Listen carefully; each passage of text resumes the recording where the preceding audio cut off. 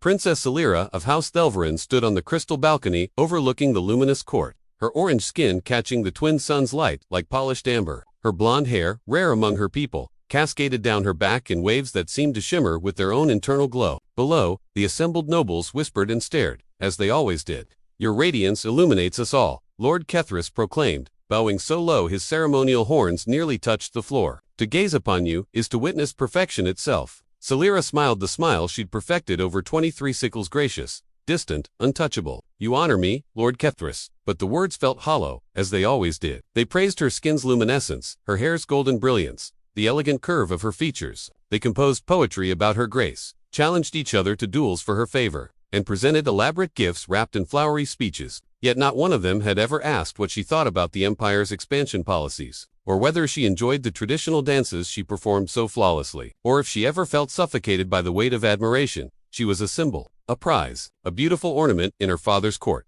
That evening, she learned a human ship had made an emergency landing in the royal district. The mechanic aboard had been conscripted to repair the Emperor's personal starship after the regular engineers failed to diagnose a critical malfunction. Humans were rare in the Empire's heart. Their species had only joined the galactic community 3 generations ago, and most served in frontier colonies or trade stations. "A human?" her attendant, Marae, whispered with barely concealed disgust. "In the palace workshops, they're so plain, dull-skinned, and primitive." Celira said nothing, but curiosity flickered within her. She'd seen humans before: their muted skin tones, their strange hair that didn't glow, their compact builds. They were everything her people were not, and perhaps that was why the Empire's nobles looked down on them. That night, unable to sleep beneath the weight of another day spent being admired but never known, Celira made a decision. Tomorrow, she would visit the workshops. Not to inspect the repairs, she cared nothing for starship engines, but to see this human for herself. Perhaps someone from a world that didn't worship beauty might see something different when they looked at her. The royal workshops hummed with energy conduits and the sharp scent of heated metal.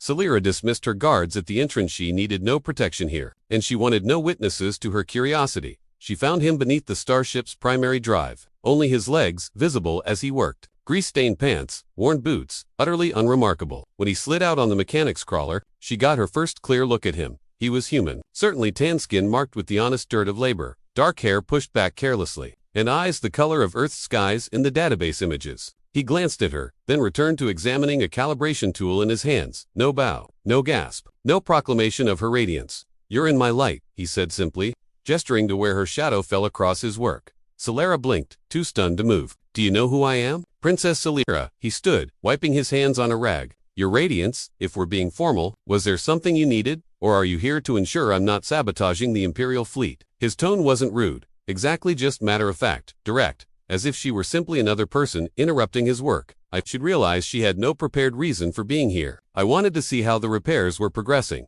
honestly." He raised an eyebrow. "The previous engineers are idiots. They tried to recalibrate the quantum manifold without accounting for dark matter fluctuation in your system's magnetosphere. I'm surprised the whole thing didn't explode."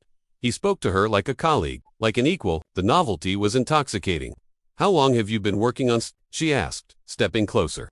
"Since I was 12. Started on my uncle's freight hauler in the Sol system." He returned to his work, but continued talking. "Worked my way up to deep space vessels, took contracts across 4 sectors. This is my first time in the Empire's core, though very shiny, Celira repeated, almost laughing.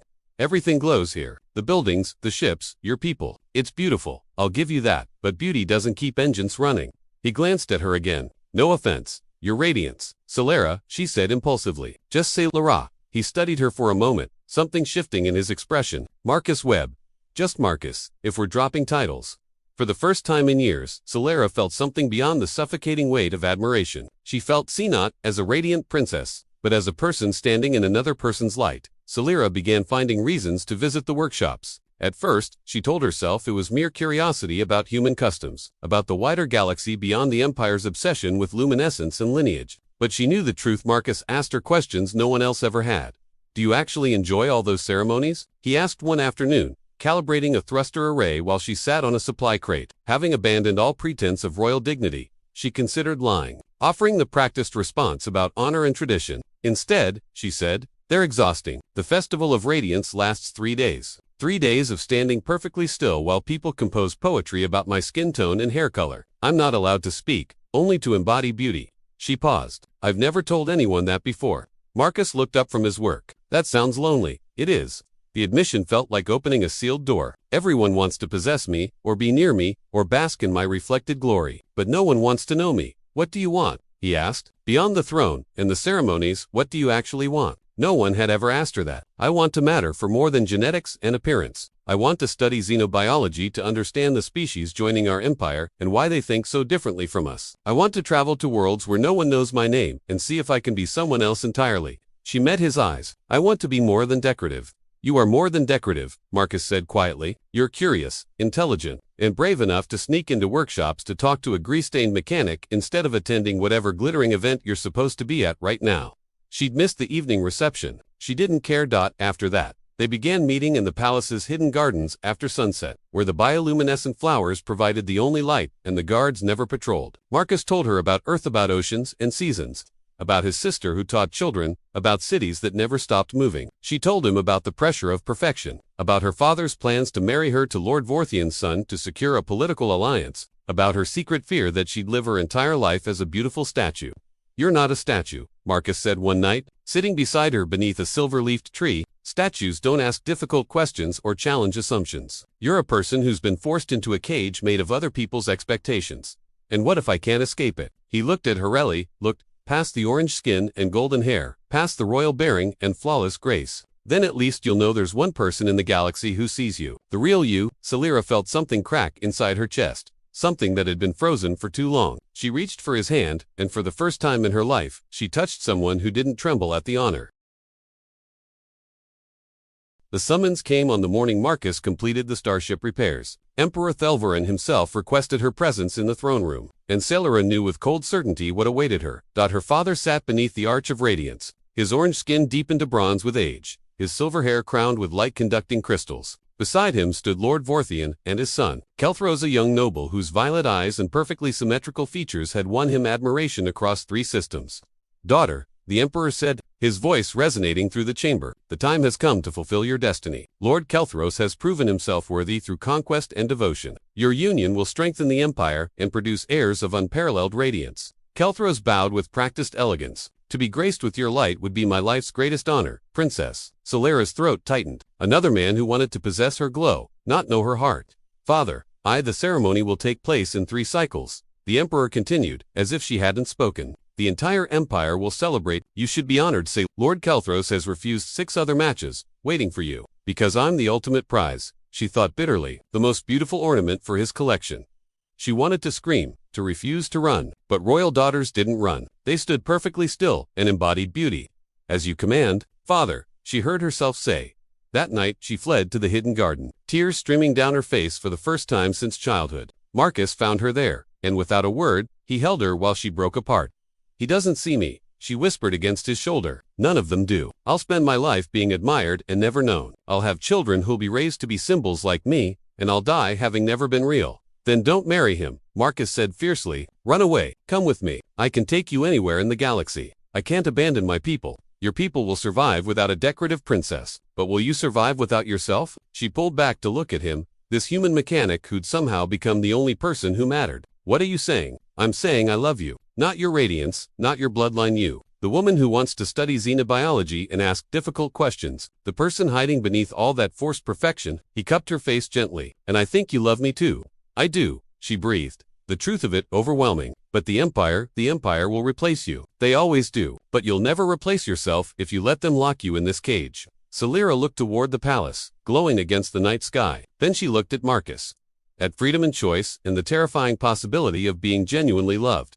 For the first time in her life, she chose herself. The next morning, Celera stood before her father in her private chambers, wearing simple travel clothes instead of ceremonial robes. Her blonde hair was braided practically. Her orange skin, for once, held no enhanced glow from court cosmetics. I won't marry Lord Kelthros, she said, her voice steady despite her racing heart. I won't be used as a political bargaining tool or a decorative symbol. I'm leaving the Empire. Emperor Thelvarin's face darkened like a dying sun. You would abandon your people, your birthright, for what? A human mechanic with no lineage, no radiance, no worth. He has worth you'll never see, Celera replied. He sees mine, not what I represent, but who I am. That's worth more than all the Empire's admiration. You're infatuated, confused. This human has manipulated you. No one has ever been more honest with me. She stood taller. You want me to embody beauty, to be a perfect symbol. But I want to matter as more than genetics and appearance. I want to study, to learn, to choose my own path. If the Empire can't allow that, then I don't belong here. Her father stared at her as if seeing her for the first time. If you leave, you forfeit your title. Your inheritance, you'll be nothing. I'll be free, Salira said softly. And I'll be loved for who I am, not what I look like. She walked out before he could respond, before she could lose her courage. Marcus waited by his ship, and when he saw her, his smile held more genuine warmth than all the Empire's adoration combined. Ready? He asked, extending his hand. Terrified, she admitted, but yes. They left as the twin suns rose, the Empire shrinking behind them. Salira watched through the viewport as everything she'd known became distant. Lights among distant stars. 3 months later, on a frontier research station, Dr. Salira Thelverin, she'd kept her name, reclaimed it as her own, presented her first xenobiology paper to an audience who knew nothing of her royal heritage. They challenged her conclusions, praised her methodology, and debated her findings. No one mentioned her orange skin or blonde hair. They saw her mind instead. That night, she and Marcus shared a modest apartment overlooking an alien ocean. Do you regret it? He asked, pulling her close. Everything you gave up. She thought of the crown she'd abandoned. The palace now ruled by her younger brother, the empire that had moved on without her. Then she thought of her research, her freedom, and the man who'd loved her when she was nothing but herself. I gave up being worshipped, she said, kissing him gently. But I gained something better, being known, being chosen not because I'm radiant, but because I'm real. You're both. Marcus murmured against her lips. You're radiant and real. You always were. And for the first time in her life, Salira believed it because she'd finally found someone who wanted her heart more than her crown, her thoughts more than her appearance, her true self more than her perfect image. She'd been a princess everyone wanted. Now she was simply Saliran, the one person who truly saw her, thought that was more than enough. That the end.